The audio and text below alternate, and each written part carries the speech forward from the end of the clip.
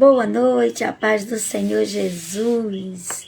Glória a Deus por mais um dia, gratidão ao Senhor por mais um dia que Ele fez, dia para nós nos alegrarmos e regozijarmos nele. Glória seja dada ao nome do Senhor para sempre. Chegamos no capítulo 23 do livro de Atos e o nosso devocional de hoje, nosso Café com Palavra, tem como título Não Perca o Foco. Mantenha o foco do que é importante na sua vida. Aleluia. Glória a Deus. Louvado seja o nome do Senhor para sempre. E no capítulo 23 de Atos, continuamos aqui com Paulo. Paulo, desde o capítulo 21, quando ele chega a Tiro, chegou a Cesareia, chegou a Jerusalém, que começou a prisão de Paulo. E até o capítulo 28 vai ser sempre esse assunto assim decorrente, porque Paulo passa agora a ser perseguido vorazmente pelos judeus. Eles vão se empenhar para matá-lo. E aqui no capítulo 23, quando ele informa para aquele comandante que ele é romano, e o comandante fica com medo, né? No dia seguinte, ele leva ele para o Sinédrio, e Paulo lá no Sinédrio, ele vai falar, e quando ele vai falar, abre a boca para dizer que ele é zeloso por Deus e por tem a consciência limpa, que tudo que ele está fazendo é para agradar a Deus. O sumo sacerdote manda uma pessoa ir bater na boca dele, bater com força na boca de Paulo. Aí Paulo, na mesma hora, ele diz assim, Deus há de ferir-te, parede branqueada. Aí eles dizem que ele está blasfemando contra o sumo sacerdote. Aí Paulo diz, eu não sabia que ele era o sumo sacerdote para fazer uma coisa dessa. Como é que pode defender a lei pecando contra a lei? Porque uma pessoa que estava ali para se defender não podia estar sendo açoitada, né, sendo esbofeteada. Então, Paulo, ele sabendo que o Sinédrio ele era formado, uma parte por saduceus, uma parte por fariseus, ele grita e diz, eu sou fariseu desde o nascimento, filho de fariseus, e estou sendo julgado porque eu creio na ressurreição e creio em anjos. Porque os fariseus, eles criam tanto na ressurreição como em anjos, como na presença do Espírito. Porém, os saduceus nem criam na ressurreição, nem em anjos e nem na presença do Espírito. Então, eles são divididos entre eles. E Paulo se coloca ali como fariseu, ele se apresenta ali no meio deles como fariseu. Então, começa uma grande gritaria, eles começam a falar e o comandante tem medo que eles despedacem Paulo. Irmãos, era assim uma coisa terrível. E eles começam uma celeuma ali, e eles começam uma guerra mesmo, uma guerra ali dentro. Aí o comandante, temendo que eles despedaçassem Paulo, retiram Paulo dali e levam-o de volta para a fortaleza. Quando Paulo está na fortaleza, o Senhor aparece para ele. O Senhor aparece para Paulo e diz, coragem. Tenha coragem, pois por modo que você deu testemunho aqui em Jerusalém, eu preciso que você dê testemunho de mim também diante de César. O Senhor diz para Paulo para ele ter coragem, porque existe um propósito nessa prisão, um propósito que é ele chegar até César, para que ele testemunhe do amor de Cristo também para César. Aí nesse inteirinho, quando amanheceu o dia, 40 judeus se juntaram e eles decidiram fazer um voto que eles não iam nem comer e nem beber, e eles seriam anátemas se eles quebrassem esse voto, enquanto eles não matassem a Paulo. Que coisa terrível, como é que a pessoa faz um voto a Deus para tirar a vida de alguém? Mas é exatamente isso que eles fazem. Eles fazem um voto para que eles nem comam, nem bebam, até que eles tenham matado Paulo. Eles procuram o sumo sacerdote, eles dizem para ele, olha, nós fizemos um voto que nós não vamos nem comer e nem beber até que nós tenhamos matado Paulo. Então, chama Paulo novamente à tua presença. Quando ele vier para a tua presença, nós vamos armar uma cilada e vamos assassiná-lo. Só que o sobrinho de Paulo, filho da irmã de Paulo, escuta essa conversa. E ele vai pede permissão aos soldados e vai até ao comandante, vai até Paulo e conta para Paulo.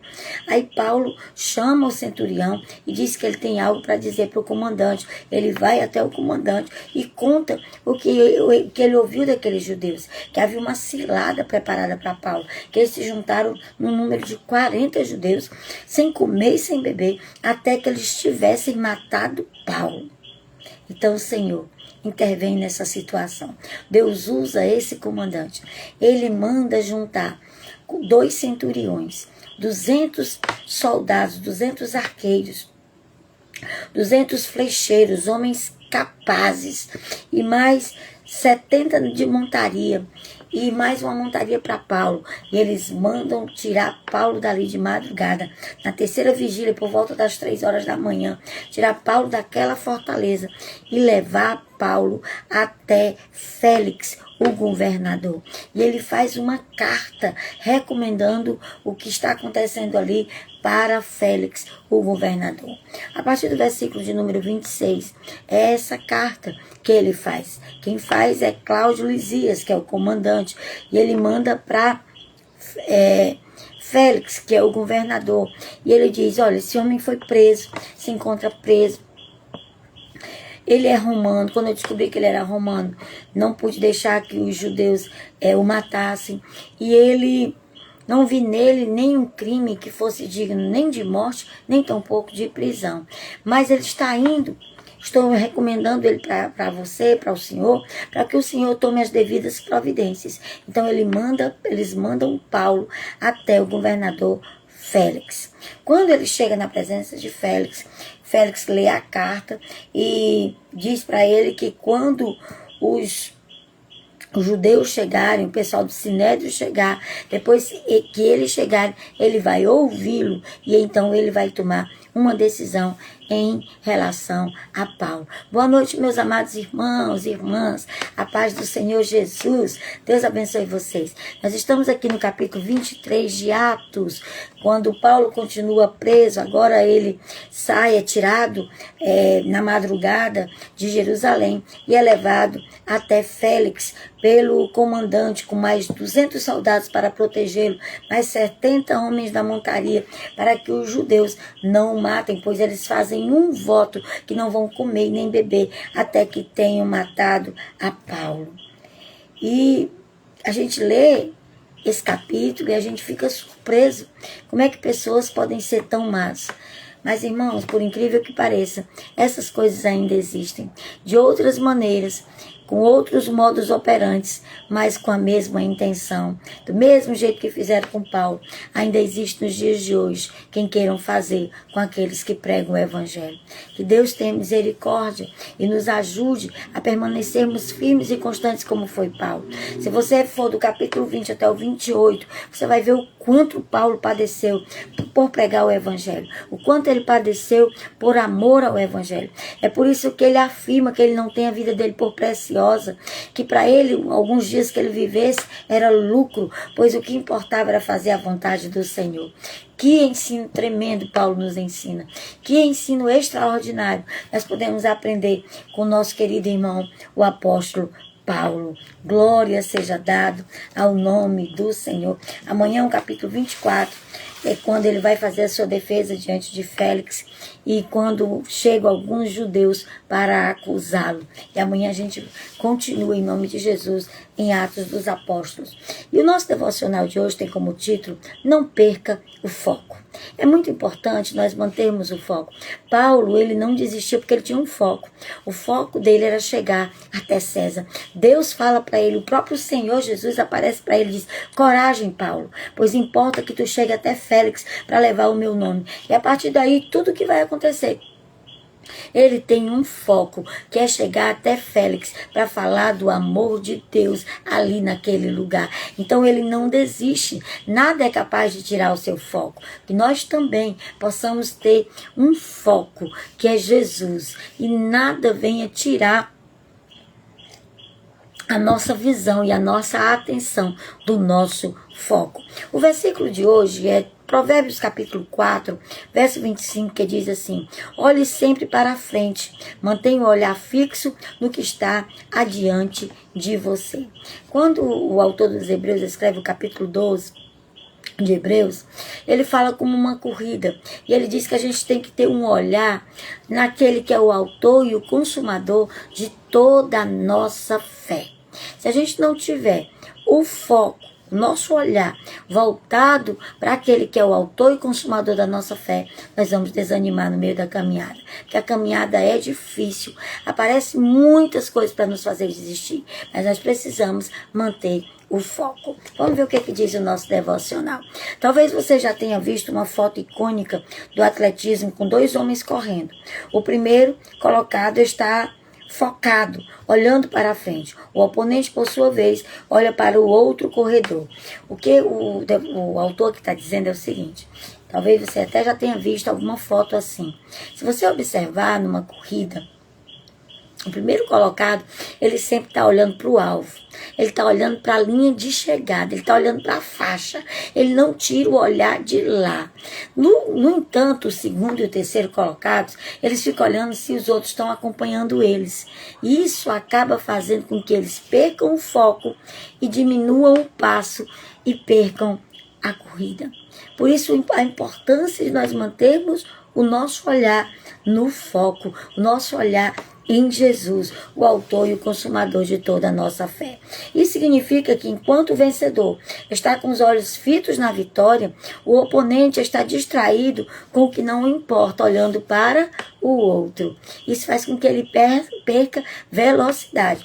Quantas vezes, durante nossas lutas diárias, somos tentados a desviar o olhar daquilo que verdadeiramente importa, não é mesmo? Não sei se você já reparou, mas ao correr, se você começar a olhar para os lados, um sentimento de insegurança começa a surgir.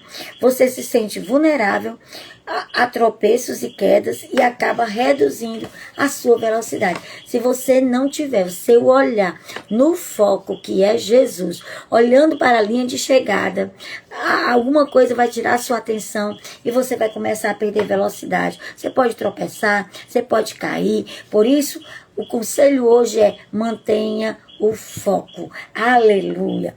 Aprendo que no dia a dia não é diferente. É impossível seguir em direção ao alvo se não mantivermos o foco.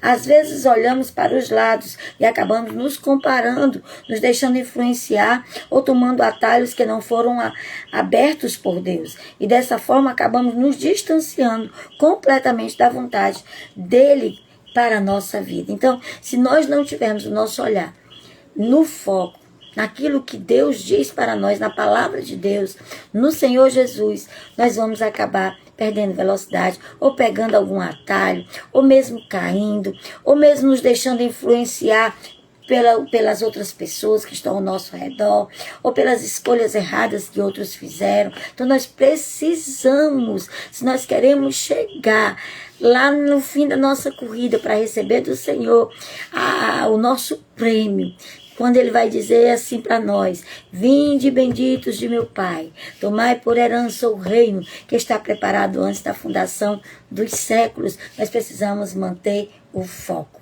ter o nosso olhar totalmente voltado para ele, para a sua palavra, para aquilo que ela diz que nós precisamos fazer. Todos estamos na corrida da vida. Muitos mais importante que a velocidade é a direção. Muito mais importante.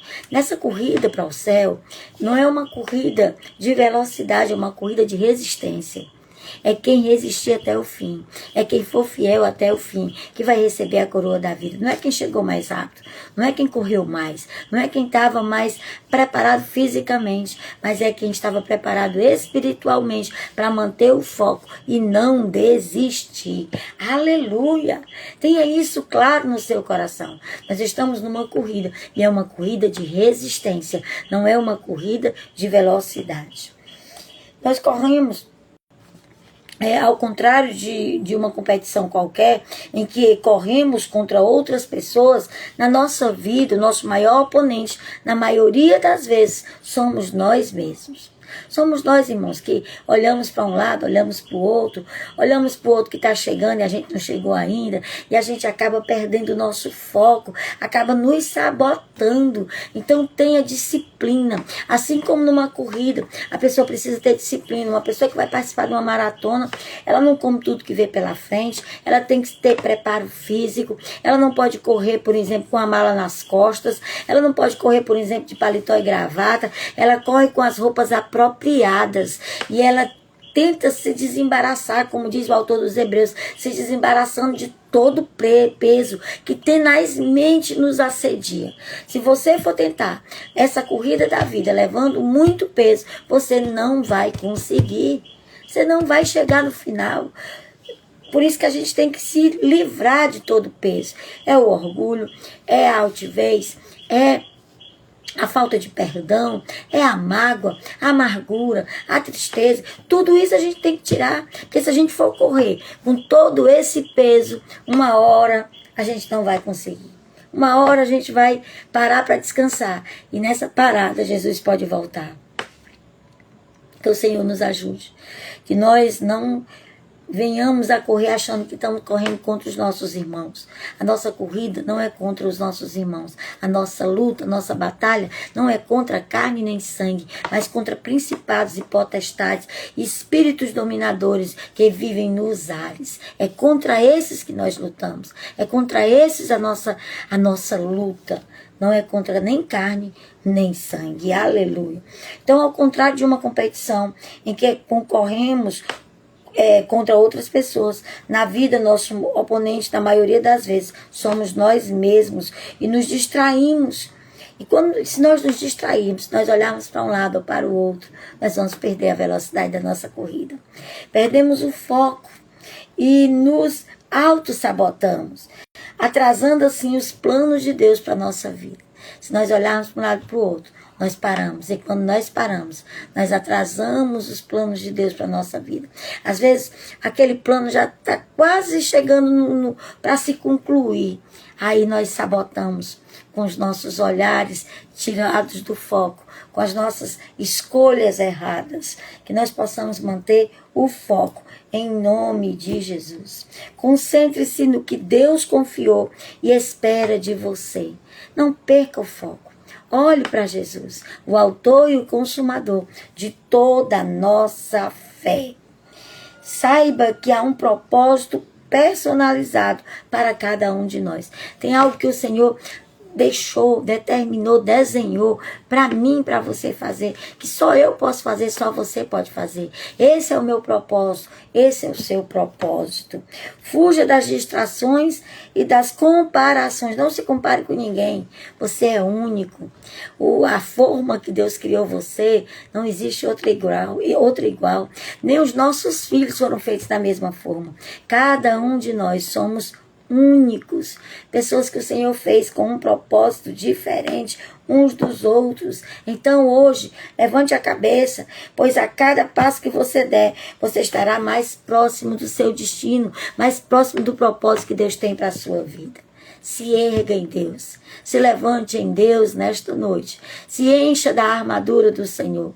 Não deixe que nada venha atrapalhar a sua corrida, para que você chegue no fim e possa ouvir do Senhor: vinde, bendito do meu Pai, tomai por herança o reino que está preparado antes da fundação dos séculos. Então se revista com toda a armadura de Deus. Coloque nos seus pés a preparação do Evangelho da Paz. Proteja a sua mente, a sua cabeça com o capacete da salvação. Coloque na sua mão a espada do Espírito, na qual você vai se defender e atacar o inimigo. Coloque na sua outra mão o escudo da fé, no qual você vai apagar os dardos inflamados do maligno. Revista o seu corpo com a couraça da justiça e segure toda essa armadura com o cinturão da verdade, do Evangelho, da palavra de Deus, em nome de Jesus. Se você fizer isso, você vai ficar firme. E tendo ficado firme, você vai permanecer inabalável para a glória do nome do Senhor Jesus.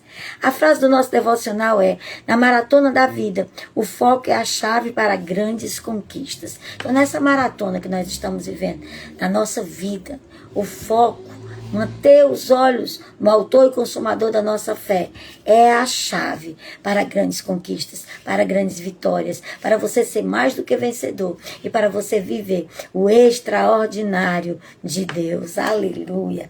A palavra é foco. Mantenha o foco e chegue no propósito que Deus tem para a sua vida, em nome de Jesus. Amém. Glória a Deus. Esse foi o nosso devocional de hoje, dia 3 de junho de 2026. Deus te abençoe em nome de Jesus. Deixa eu orar por você, para não ficar longo, porque já está tarde. Então deixa eu orar pela sua vida em nome de Jesus. Ó Deus amado, eu quero te agradecer, Senhor, porque hoje tu nos chama a atenção para mantermos o foco, para não tirarmos os nossos olhos, Senhor, da linha de chegada.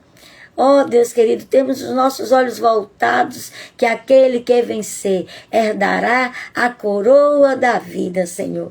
Que nós possamos ser mais do que vencedores em Cristo Jesus, que nos amou. Nos ajuda, Pai querido.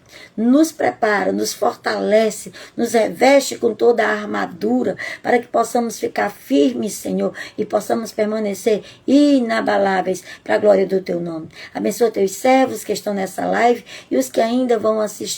Em nome de Jesus, e continua conosco. Dá-nos uma noite de sono tranquilo e reparador, para a glória do Teu nome. Nós oramos e agradecemos em nome de Jesus. Amém. Amém. Glória a Deus. Deus abençoe sua vida. Obrigado você que participou. Raquel, Cíntia, Ana Alice. Deus abençoe a vida de vocês. Não está aparecendo o nome dos outros, mas eu sei que tem outras pessoas aí. Que Deus abençoe a vida de cada um de vocês. Cheiro no coração de vocês. Deus abençoe a paz do Senhor.